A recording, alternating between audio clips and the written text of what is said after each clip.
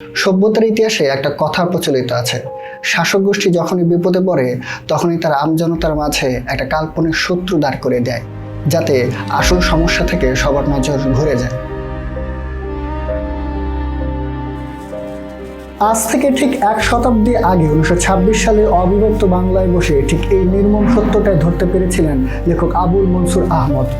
ওনার আয়না গল্প গ্রন্থে গো দেওতা কা দেশ গল্পের গভীরে লুকিয়ে আছে এমন এক রাজনৈতিক ডার্ক রিয়েলিটি যা আজ 100 বছর পর 2026 সালেও আমাদের চারপাশের বাস্তবতার সাথে হুবহু মিলে যায়। 20-এর দশকের দিকে তাকানো যাক।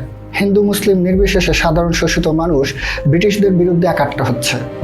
ঠিক এই সময়টাতে উপনিবেশিক প্রভুরা চিন্তা করলো এই ঐক্য ভাঙতে না পারলে ক্ষমতা টিকিয়ে রাখা অসম্ভব।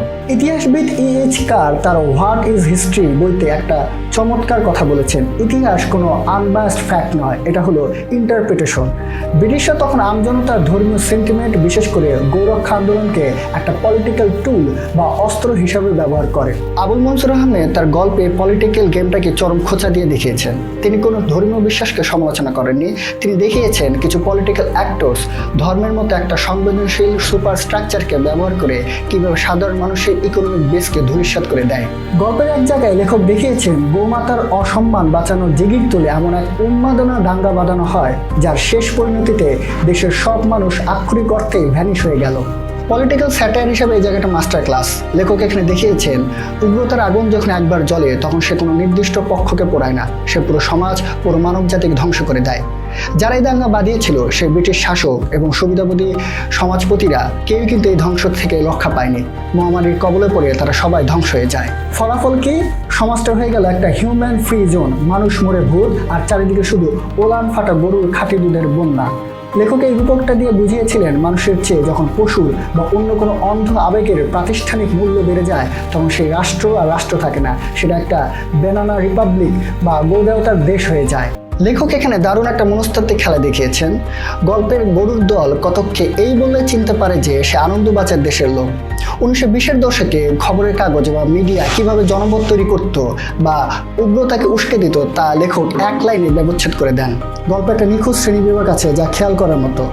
আর্য সমাজেরা যখন বোর্ডিংয়ে পালিয়ে যায় তখন যুদ্ধ করছিল সাধারণ আমজনতা, আবার হিমালয়ে যে বলদদের স্থান হয়েছিল তাদের মাথায় ছিল টিকি আর কপালে ছিল চন্দনী ত্রিশূল, অর্থাৎ তারা ছিল বলদদের প্রিভিলেজড বা এলিট শ্রেণী। লেখক এখানে দেখিয়েছেন সুবিধাবাদ, নিপীড়ন আর এলিট শ্রেণীর ক্ষমতা ধরে রাখার স্ট্রাকচারটা সব জায়গায় প্রায় একই রকম। হিমালয়ের বলদেরা কিন্তু বাংলা বা অন্য কোনো আঞ্চলিক ভাষায় কথা বলে না, তারা কথা বলে চমৎকার শুদ্ধ হিন্দি ভাষায়। আবুল মনসুর আহমদ এখানে ক্ষমতার কেন্দ্রবিন্দু হিসেবে ভাষার যে রাজনীতি, যে আন্তনিও গ্রামসির ভাষায় কালচারাল হেজিমনি বলা হয়, তা ফুটিয়ে তুলেছেন। একটি নির্দিষ্ট ভাষাকে পবিত্র বা ক্ষমতার ভাষা বানিয়ে কিভাবে অন্য সংস্কৃতির উপর চাপিয়ে দেওয়া হয় এবং বৈচিত্র্য ধ্বংস করা হয়, বলদদের হিন্দি কথনের মাধ্যমে লেখক এই মনস্তাত্ত্বিক দাসত্বকে খোঁচা দিয়েছেন। রাষ্ট্রবিজ্ঞানের ভাষায় একটা টার্ম আছে, হাইপার ন্যাশনালিজম বা অতি জাতীয়তাবাদ। যখন কোনো সমাজ কোনো একটি নির্দিষ্ট আইডেন্টিটি বা সেন্টিমেন্টের উপর দাঁড়িয়ে অন্ধ উগ্রতার চূড়ায় পৌঁছায় তখন বাইরের কোনো শত্রুর আর প্রয়োজন হয় না, সমাজটির ভেতর থেকেই নিজেকে ধ্বংস করতে শুরু করে। গল্পের মানুষের সম্পূর্ণ বিরক্তি ঠিক এই তত্ত্বেরই প্রমাণ যে সমাজ কেবল শত্রু নির্মাণ করতে জানে, ভেতর থেকে তার পতন অবশ্যম্ভাবী। কিন্তু প্রকৃতি কখনো শূন্যতা পছন্দ করে না। মানুষ যখন নিজেরা মারামারি করে ধ্বংস হয়ে গেল তখন গরুদের সংখ্যা এত বাড়লো যে দুধ দেওয়ানোর বা কনজিউম করার কোনো মানুষই অবশিষ্ট থাকলো না।